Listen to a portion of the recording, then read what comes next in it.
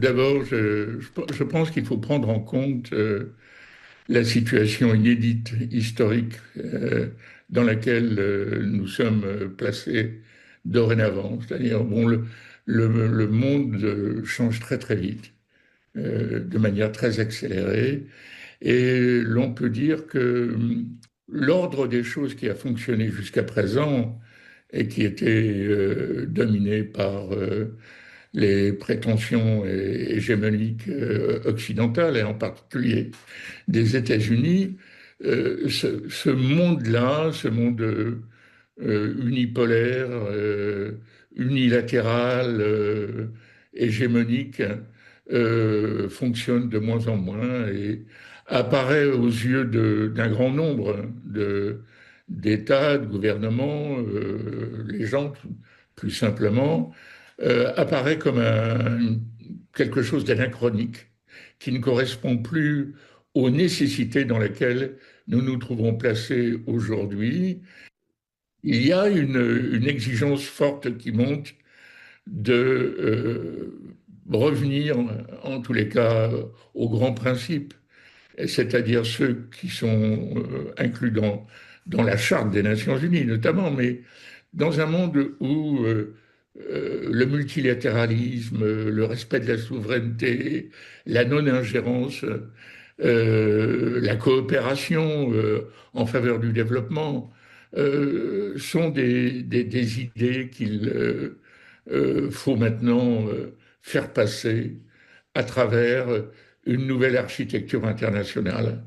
Et je pense dans ce sens que l'initiative de la Chine présentée par le président Xi Jinping est une initiative extrêmement importante. Je lui dirais même qu'elle a un caractère assez historique parce qu'elle suggère au fond de remettre les choses à plat et de réfléchir sur une autre organisation du monde que celle qui a prévalu jusqu'à présent. Et donc je crois que la récente conférence de l'Organisation de coopération de Shanghai, à travers laquelle il a été amené, le président Xi Jinping, à faire ses propositions, ça constitue un événement qui nous interpelle tous et qui nous oblige à réfléchir autrement sur l'avenir du monde et sur l'avenir de ce que le président Xi Jinping appelle la gouvernance mondiale.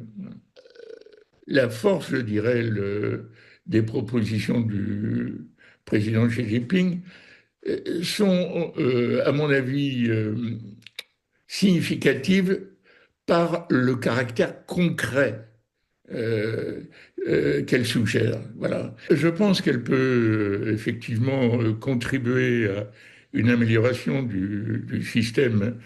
Je serais même tenté de dire qu'elle, c'est une démarche différente du système actuel.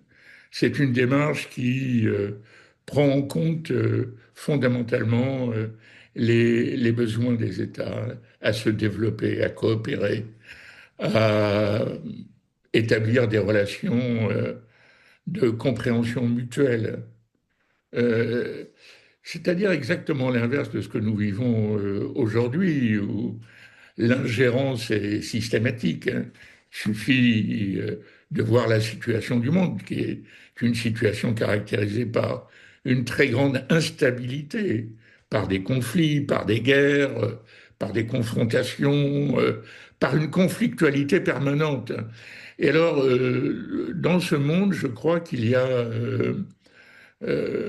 besoin de bien évaluer les risques, mais aussi les opportunités. Je pense que la diplomatie chinoise joue un rôle très positif. Je serais même tenté de dire que c'est un rôle nouveau. Ouais.